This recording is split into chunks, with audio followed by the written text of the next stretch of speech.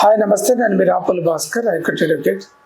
చాలామంది పోలీసులు ప్రైవేట్ వ్యక్తులు కుమ్మక్కై తప్పుడు కేసులు పెడుతున్నటువంటి పరిస్థితులు కనపడతా ఉన్నాయి. ఇంకా చాలామంది ఏం చేస్తున్నారంటే 2 సంవత్సరాల కింద పలానా XYZ అనేటటువంటి వ్యక్తులు మా ఇంటి మీదకి వచ్చి దాడి చేసిరని 2 సంవత్సరాల తర్వాత కంప్లైంట్లు ఇస్తున్నారు. మీ మీద ఎవరైనా ఆలస్యంగా అంటే నెలల తరబడి ఆలస్యంగా సంవత్సరాల తర్వాత తప్పుడు కేసులు పెట్టారా?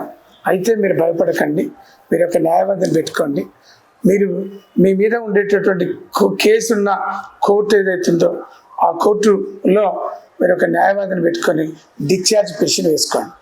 మీరు ఒకటి గుర్తుంచుకోండి, ఒక ఇన్సిడెంట్ జరిగిన అదే రోజు చేయాలి, తెల్లారియాలి, కాకపోతే 2 రోజులకి ఇవ్వాలి.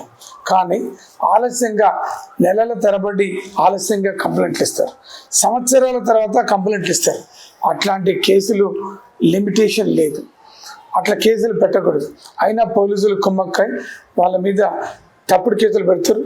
అట్లాంటి వాటి విషయంలో మీరు డిశ్చార్జ్ పిటిషన్ వేసుకుంటే మీకు న్యాయం జరుగుతుంది. ఆ రకంగా డిలే తోటి ఆలస్యంతో అయినటువంటి కేసుల్ని క్వాష్ పిటిషన్ కూడా కింద తీసివేయవచ్చు. మీ యొక్క అవగాహన కోసం నేను నోటీసులు పెడుతున్నాను.